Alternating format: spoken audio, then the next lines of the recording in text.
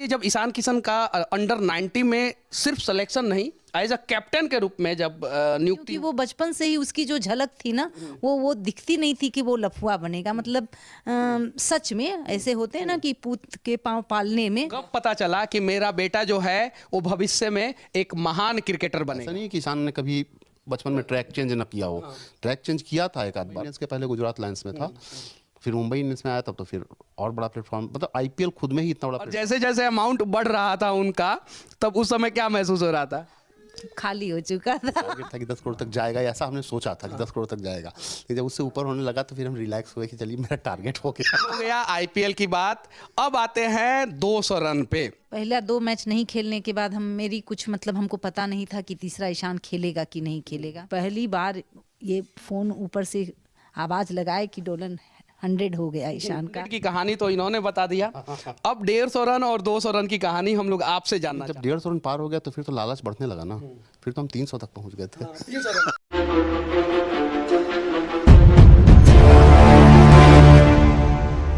ईशान किशन आप लोगों ने नाम सुना ही होगा, जिन्होंने अंडर 90 में भारतीय क्रिकेट टीम का प्रतिनिधित्व किया, आईपीएल में सबसे महंगे खिलाड़ी बनकर उभरे, साथ ही साथ सबसे कम उम्र में दोहरा शतक मारने वाले, सबसे कम बॉल पे दोहरा शतक मारने वाले खिलाड़ी बने।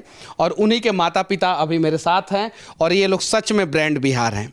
इन लोगों से जो है आज हम लोग कुछ जानने का प्रयास करेंगे और साथ ही साथ कुछ सकारात्मक तथ्यों पे जो है हम लोग चर्चा करेंगे। जैसे इनका बेटा जो है वो विश्व कीर्तिमान बना रहे हैं, इनको सुनने के बाद कुछ और माता पिता मोटिवेट होंगे और उनके भी बच्चे जो है विश्व रिकॉर्ड बनाएंगे। तो सबसे पहले चाचा जी आपका सच तक न्यूज में स्वागत है। धन्यवाद। आपका भी स्वागत है। धन्यवाद। पहला सवाल मैं आपसे पूछना चाहता हूं, आप अपने पूरे घर में सबसे ज्यादा प्यार किसे देती हैं?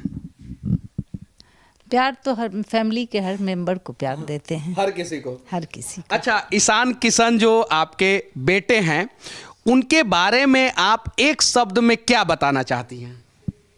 वो बहुत ही ब्रेव और बहादुर बच्चे हैं, बहुत ही सुलझे हुए वो इंसान हैं। एक इंसान के तौर पर वो कम उम्र में बच्चे थे, लेकिन वो उनकी जो सोच थी, उनका जो एनर्जी था, वो हमेशा ही बहुत अच्छा करने की तरफ होता था। बहुत अच्छा, बहुत कम उम्र में वो एक बड़े लड़के की जो मैच्योरिटी होती है वो उनको कम उम्र में ही आ गई थी और उसी सोच के साथ वो हमेशा आगे बढ़ते रहे। अच्छा, आपको कब पता चला कि मेरा बेटा जो है वो भविष्य में एक महान क्रिकेटर बनेगा? देखिए, ये तो नहीं हम पहले से श्योर थे कि बहुत बड़ा क्रिकेटर बनेगा और इंडिया खेलेगा, बट ये था कि वो खेलता था तो उसमें बहुत जुनून था, क्रिकेट के लिए बहुत प्यार था और हम लोग कहते भी थे कि ये लगता है क्रिकेट खेलने के लिए ही है। इवन सोता भी था तो बॉल लेकर के सोता था। कभी मैच में चांस ना मिलता था, बच्चा था तो चांस कम मिलता था, तो हमसे पूछा था कि पापा हमको मौका कब मिलेगा? हमने कहा कि तुम टेंशन मत लो, मौका तो ऐसा मिलेगा कि तुम बहुत मैच खेलोगे। तो इतना जुनून था उसमें कि हमको लगा कि नहीं, अगर हम इसको इसके ट्रैक से हटाएंगे तो पढ़ाई भी नहीं होगी और क्रिकेट भी नहीं होगा। इसलिए हमने उसको सपोर्ट किया कि तुम बस क्रिकेट खेलते जाओ। भारत के माता पिता, खासकर बिहार के माता पिता, अपने बच्चे को सिर्फ और सिर्फ सरकारी नौकरी की तरफ जो है प्रेरित करते हैं। आपका बेटा जब क्रिकेट खेल रहा था तो आपको नहीं लगा कि बेटा जो है भविष्य में लफुआ बन जाएगा, बेटा कुछ नहीं करेगा, माता पिता का नाम जो है बुड़ा देगा? ऐसा कभी आपके दिल दिमाग में आया कि नहीं आया? क्योंकि वो बचपन से ही उसकी जो झलक थी ना, वो दिखती नहीं थी कि वो लफुआ बनेगा। मतलब सच में ऐसे होते हैं ना कि पूत के पांव पालने में, तो वो वाली मतलब एक माँ है इसलिए नहीं, वैसा किसी बच्चे में झलक दिख जाता है। तो वो कभी दिखा नहीं कि ये लफुआ बनेगा। लेकिन हाँ, इनिशियल में जब वो बहुत छोटा था तो पढ़ाई को लेकर के थोड़ी टेंशन मुझे होती थी कि खेल के साथ साथ पढ़ाई भी हो। लेकिन उसके पापा पूरे डिवोशन से, मतलब पढ़ाई तो 9th तक तो डीपीएस में ही पढ़ा, तो उस समय तो बिना पढ़ाई किए चलना नहीं था, सीबीएसई बोर्ड में। तो थोड़ा हम सीरियस रहते थे कि दोनों काम हो, दोनों अच्छा, ये बताइए, आप ज़्यादा पढ़ी लिखी हैं कि चाचा जी ज़्यादा पढ़े लिखे हैं? चाचा जी बहुत पढ़े लिखे हैं। चाचा जी बहुत पढ़े लिखे हैं। और कमाल की बात है, मेरे बगल में जो शख्स बैठे हुए हैं वो ईशान किशन के पिता तो हैं ही, साथ ही साथ एक कमाल के सिविल इंजीनियर भी हैं। हाँ, सिविल इंजीनियर। अच्छा, ये बताइए, जब ईशान किशन का अंडर 90 में सिर्फ सिलेक्शन नहीं, एज अ कैप्टन के रूप में जब नियुक्ति हुआ, तब आप कैसा महसूस कर रहे थे? उस समय तो ऐसा लगा कि मतलब ये कैसे हो गया, कैप्टन एक ड्रीम कम ट्रू वाली बात हो गई। उस समय मतलब हम लोगों ने सोचा भी नहीं था। हम लोग तो ये सोच रहे थे कि बस सिलेक्शन हो जाए, अच्छा है कि अंडर 19 में सिलेक्शन होने के बाद एक प्लेटफॉर्म मिल जाता है, बढ़िया प्लेटफॉर्म।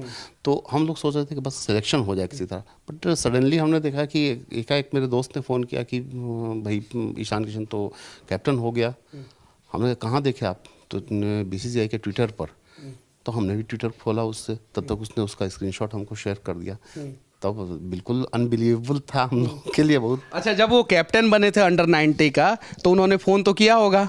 बिल्कुल किया तो था। जब फ़ोन किया था तो क्या आपके आंखों में खुशी के आंसू थे? तो मैं तो उससे फिर कुछ बात ही नहीं कर पाई, कुछ भी बात नहीं कर पाए। अच्छा, बहुत सारे गार्जियन को, बहुत सारे माता पिता को, बच्चों को जो है, आप क्या संदेश देना चाहती हैं भविष्य में वो सफल हों इसके लिए? कुछ नहीं, बच्चों को पहली बात है कि शुरू से ही उनका अच्छे सोच के साथ बच्चों को लेके आगे बढ़िए। बच्चों का मन को समझना होता है कि वो चाह क्या रहा है। जब बच्चा बहुत छोटा होता है उसी समय से समझना होता है कि इसकी चाह किधर जा रही है। और अगर ऐसा नहीं है कि हर चीज़ अच्छा ही बच्चा करता है, गलत चीज़ के तरफ जा रहा है तो उसको कैसे हमको डाइवर्ट करना है, कैसे उसको खींचना है उस तरफ से, तो उसको प्यार से हैंडल करना पड़ता है। तो प्यार से हर गार्जियन अगर अपने बच्चे को हैंडल करेंगे तो बच्चा ज़रूर अच्छा करेगा। कभी तो ऐसा हुआ होगा बचपन में, आपने जो है एक दो चांटा लगाया होगा, समझाया होगा, प्यार से डांटा होगा, प्यार से मारा होगा, तो ऐसा कोई इंसिडेंट याद आ रहा है आपको? नहीं, चांटा हमने नहीं लगाया है। मतलब बच्चों को मारपीट से आप अच्छा नहीं बना सकते हैं। उसको उसके दिमाग में वो चीज़ डालिए कि क्या तुम्हारे लिए सही है और क्या गलत है। उसको समझाइए और उसको एक्सेप्ट करें कि हाँ ये सही है। जब वो अब खुद ही बोल देगा कि हाँ ये सही है। ऐसा नहीं है कि ईशान ने कभी बचपन में ट्रैक चेंज न किया हो। ट्रैक चेंज किया था एक आध बार। तो हमने उसको समझाया और कहा कि आगे से ये होगा तो हम तुम्हारा किट पैक करेंगे, घर में रख देंगे, फिर यही काम करना। तो उसको क्रिकेट से इतना प्यार था कि उस सारा चीज़ छोड़ दिया, अपना किट के पीछे लग गया। फिर उसने कभी नहीं ऐसा किया। फिर उन्होंने कभी ऐसा नहीं किया। और उन गार्जियनों को भी सीखना चाहिए इन लोगों से कि अगर बच्चे ट्रैक चेंज कर रहे हैं तो आप समझाइए। उन्हें बेवजह मारते हैं, पीटते हैं, और ऐसा वीडियो बहुत सारा वायरल भी होता है सोशल मीडिया पे, जो हृदय को द्रवित कर देता है। और मतलब कि लोग जो है गुस्सा भी होते हैं वैसे माता पिता पे। तो उन्हें सीखना चाहिए कि आप अपने बच्चों को सही ट्रैक पे सही तरीके से अगर भेजेंगे तो वो बच्चा जो है विश्व कीर्तिमान रच देगा। अंडर 90 की बात हो गई। अब मैं आपसे जानना चाहता हूं, जब IPL में सिलेक्शन हुआ था तब कैसा महसूस हो रहा था आपको? बहुत अच्छा। हमको लगा कि अब उस एरिना में आ गया, उस सर्किल में आ गया है, अब सिलेक्टर्स की नज़र उस पर जाएगी। क्योंकि IPL बहुत बड़ा प्लेटफॉर्म है। और उसमें भी मुंबई इंडियंस में गए। उसमें मुंबई इंडियंस के पहले गुजरात लायंस में था, फिर मुंबई इंडियंस में आया, तब तो फिर और बड़ा प्लेटफॉर्म। मतलब IPL खुद में ही इतना बड़ा प्लेटफॉर्म है कि वहाँ से बच्चे इजीली ऊपर में आ जाते हैं। पिछले साल के सबसे महंगे खिलाड़ी जो है वो ईशान किशन बने। तो आप लोग जो है उस समय वो जो BCCI का जो बिडिंग प्रोसेस होता है वो देख रहे थे कि नहीं देख रहे थे? हाँ, देख रहे थे। देख रहे थे। और जैसे जैसे अमाउंट बढ़ रहा था उनका, तब उस समय क्या महसूस हो रहा था? खाली हो चुका था। पूरा दिमाग खाली हो चुका था जैसे जैसे बढ़ रहा था।